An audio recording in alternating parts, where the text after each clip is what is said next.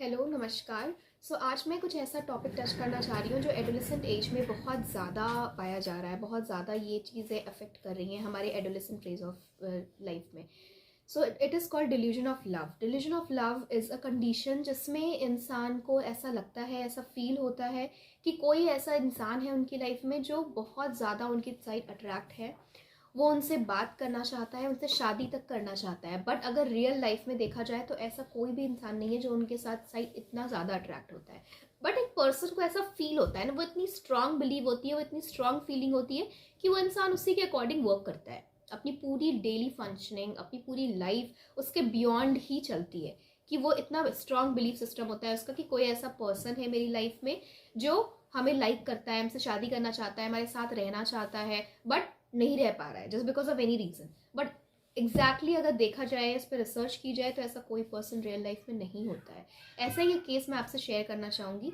एक 21 year old girl जो हमारे पास आई थी हॉस्पिटल में, एंड उसको ये इतनी स्ट्रांग बिलीफ थी कि कोई पहले समझ नहीं पाया था कि ये सच बोल रही है, झूठ बोल रही है। उसने बोला कि एक लड़का है जो मुझसे शादी करना चाहता है, जो मेरे साथ रहना चाहता है, वो डेफिनेटली मेरे लिए स्टैंड लेगा, मेरे घर वालों से बात करेगा, वो मेरे साथ रहना चाहता है हर हर सिचुएशन में। फिर मैंने उसके पेरेंट्स से बात करी, उस लड़के से बात करी, बट ऐसा कुछ भी नहीं था। वो जस्ट उसका एक फ्रेंड था, एक वन टाइम मिला था और उसके अलावा कुछ भी नहीं था। एज अ फ्रेंडशिप भी वो सिर्फ एक बार ही उनसे मिला था। बट उनको एक बार की मीट में ही ऐसा बिलीव हो गया कि he wants to he wanted to marry me, और ये मेरे साथ जिंदगी भर रहेगा, ये मेरे साथ रहना चाहता है। It's a religion of love. There is no love. One sided भी हम कहेंगे क्योंकि वन साइडेड ही था, अगले पर्सन के अंदर कुछ भी ऐसी फीलिंग है ही नहीं। और फिर वो कभी कभी तो ऐसी भी सिचुएशन आती है कि वो पर्सन एग्जिस्ट भी नहीं करता है। एक केस ऐसा भी था जहाँ पे वो इंसान से कभी कांटेक्ट ही नहीं हुआ है उस गर्ल का।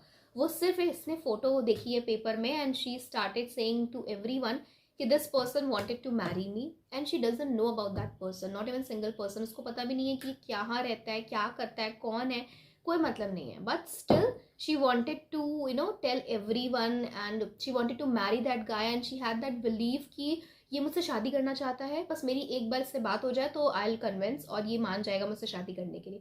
और वो इतनी स्ट्रांग बिलीव होती है कि कोई भी उस बिलीव को अगर कट करने की कोशिश करता है या फिर उस बिलीव से बाहर निकल के बात करता है तो उनको उनसे रिलेशनशिप को कट कर देते हैं, चाहे उनके खुद के पेरेंट्स भी क्यों ना हो। तो it's very common nowadays in adolescent कि ये डिल्यूजन ऑफ लव बहुत कॉमन है। There are lot of reason behind that, बहुत सारे रीजंस होते हैं इसके। But I just wanted to tell कि this is very common, please be aware of it. So I hope you will learn something from this video. Thank you. और अगर ऐसे लक्षण किसी के अंदर हैं तो उसके